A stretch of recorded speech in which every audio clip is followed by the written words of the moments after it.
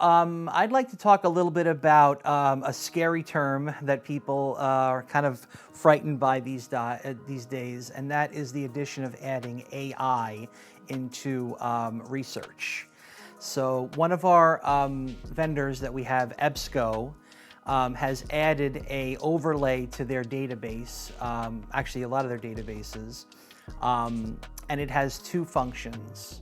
One of them is called natural language, and the other one is called AI Insights. So we've been kind of been toying around with adding these two AI features to the databases and really taking the temperature on campus and seeing if the professors and the faculty would be willing to kind of incorporate this, because it is different than generative AI in the fact that what this does is it is taking from the research that is already available in the databases, so it's not pulling from all over the place. A lot of times what happens is when you use AI that's generative, right? So if you're using Gemini or any of these other ones, ChatGPT, what happens a lot of the times is you get these things called hallucinations, where a lot of the information is incorrect and it doesn't exist.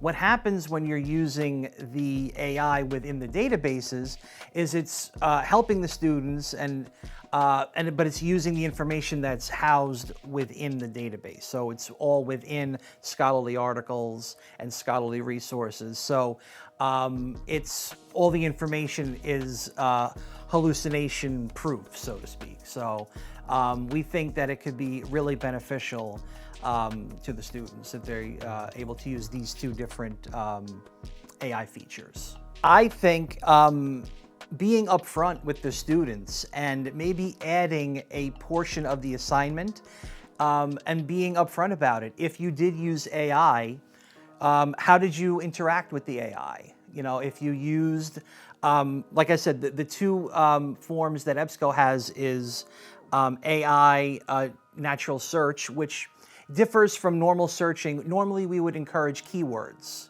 So if you're talking about teenagers, how social media affects their well-being, you would only take out the keywords of that. What this AI is, you could type in that entire string of words just as I said it to you.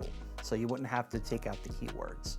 It also has insights where if you put in those string of words, it'll give you summaries of all of the articles that came up. So the students can go through all of the articles that came back quicker.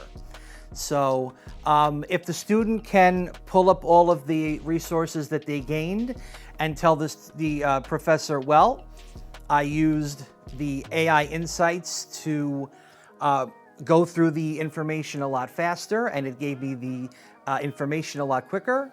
That's how I interacted with it. And I used the natural language. Instead of using the keywords, I was able to get a more clearer, use my questions a lot clearer. And as long as they are upfront and saying that this is how I used it, I think that could be beneficial. And as long as it's put into it that way, I think they could have it could be a more open dialogue with the professors. I'm doing an info-lit session for Professor Williams, history teacher here, that is going to address AI in a couple of weeks. Now, that's going to speak to the larger ethical concerns about AI, so it won't be specific to this particular database. But we really do want to move forward with this, hopefully, and get this maybe launched maybe sometime in the fall if all goes well. All right, great. Anything you'd like to add that I did not ask? Yep. Listen, everybody should use the library. Everybody should come in and see us. We have wonderful resources. We're always there.